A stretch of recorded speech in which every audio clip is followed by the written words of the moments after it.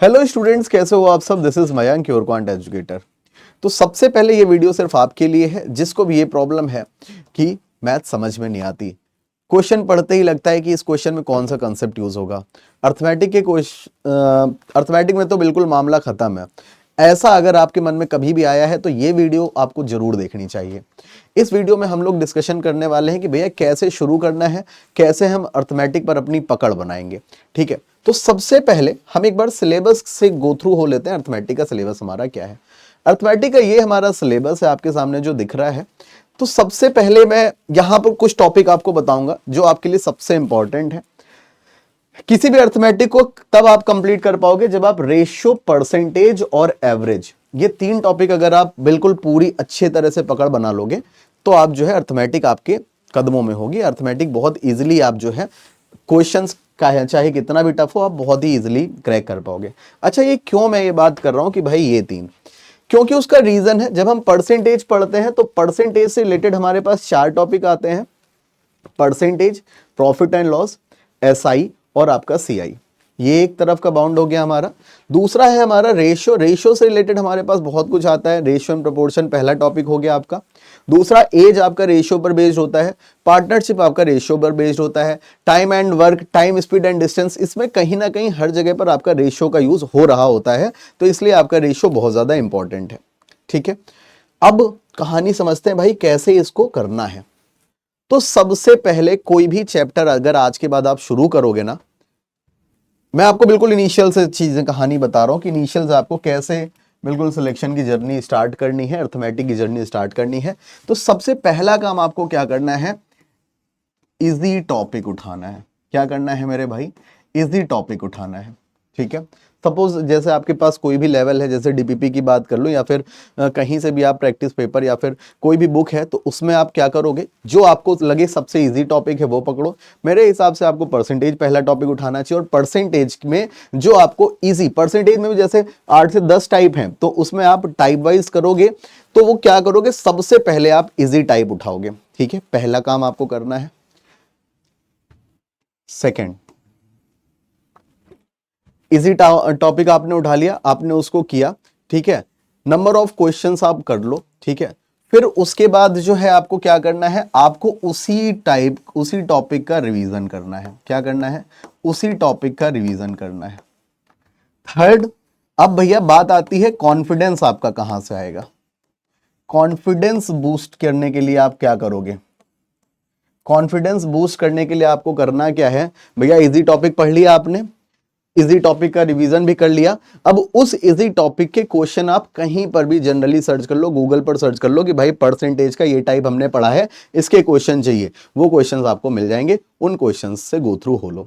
मैं नहीं कह रहा आपको टफ नहीं पढ़ना है स्टार्टिंग में। अगर आपने टफ पढ़ लिया तो आप वहीं से डिमोटिवेट होना स्टार्ट हो जाओगे। नहीं पढ़ना है टफ, बिल्कुल भी नहीं पढ़ना है स्टार्टिंग में। स्टार्टिंग में आपको समझना है चीजें। ठीक है ना। कॉन्फिडेंस आपका कहां से आएगा, जब उन्हीं चीजों को आपको देख के लगने लगेगा अरे यार ये क्वेश्चन तो इजी है, तो मैं कर लूंगा, है ना। ऐसा होता होगा अर्थमेटिक में, कई सारे ऐसे टाइप्स हैं जो आपको लगते होंगे बहुत इजी, जैसे टाइम एंड वर्क बहुत बच्चों को इजी लगता है। तो उस तरह से आपको अपने लिए इजी चीजें ढूंढनी है और इजी चीजों से स्टार्टिंग करनी है। ठीक है, ये बात हो गई। ठीक, कॉन्फिडेंस अब आपका बन गया। अब आपको क्या करना है, अब आपको दूसरे टॉपिक पर आना है। ठीक है, दूसरे टॉपिक में यही तीन चीजें फॉलो करनी है। ऐसे ही करके जब आप 4-5 टॉपिक कर लोगे, और 4-5 टॉपिक में भी आप सबसे पहले करोगे क्या, आपको करने हैं सबसे पहले रेशियो करना है, फिर परसेंटेज करना है, उसके बाद आपको एवरेज। ये तीन टॉपिक पे अगर आपने अपनी पकड़ बना ली तो पूरी अर्थमेटिक आपको बहुत ही ज्यादा डिटेल में समझ में आने लगेगी। कुछ भी ऐसा नहीं लगेगा कि जो आपको ना समझ में आए। ठीक है, तो भैया इन तीनों टॉपिक ये आपके राजा टॉपिक हैं आपके अर्थमेटिक, तो इन टॉपिक्स को बिल्कुल भी मिस नहीं करना है। ये चीज हो गई आपकी। ठीक है, जब तीन टॉपिक आ जाएंगे ना, उसके बाद आप जब चौथा टॉपिक पढ़ रहे होगे तो भैया अब क्या शुरू हो जाती है, अब आपकी साइक्लिसिटी स्टार्ट हो जाती है। साइक्लिक मतलब क्या हो गया, कोई भी चैप्टर पढ़ोगे, जैसे आपने प्रॉफिट एंड लॉस पढ़ा, उसमें परसेंटेज आपको दिखने लगेगा। आप एज चैप्टर पढ़ रहे होगे, उसमें आपको क्या दिखने लगेगा, रेशियो दिखने लगेगा। यानी कि टॉपिक एक दूसरे से कनेक्ट होना स्टार्ट हो जाएंगे। एक दूसरे से कनेक्ट होना जब स्टार्ट होते हैं ना, चाहे रिश्ते हो चाहे टॉपिक, बड़ा अच्छा लगता है समझने में, आपको मजा आएगा। अब भैया बात ये हो गई, इतनी कहानी हो गई आप लोगों की। आई होप यहां तक की बात क्लियर हो गई होगी, कोई डाउट नहीं बचा होगा आप लोगों को, है ना? बिल्कुल अच्छे से कहानी समझ में आ रही होगी।